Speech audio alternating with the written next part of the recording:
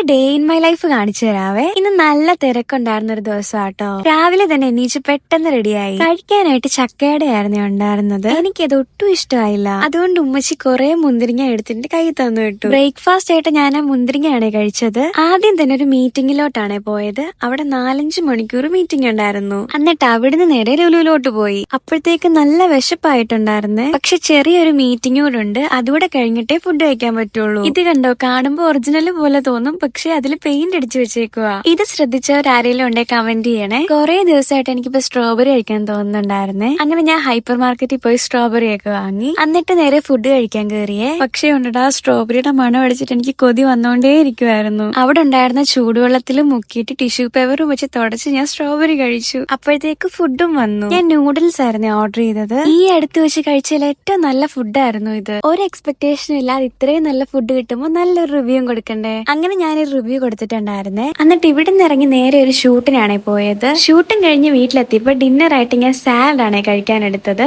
അതാണ് എനിക്ക് ഒട്ടും ഇഷ്ടപ്പെട്ടില്ല. അതുകൊണ്ട് പിന്നെ രാത്രിയിലത്തേക്ക് സ്ട്രോബെറിയും ഡേറ്റ്സും ആയിരുന്നു കഴിച്ചത്. എന്നപ്പോ ഇത്രയേ ഉള്ളൂ. Good night.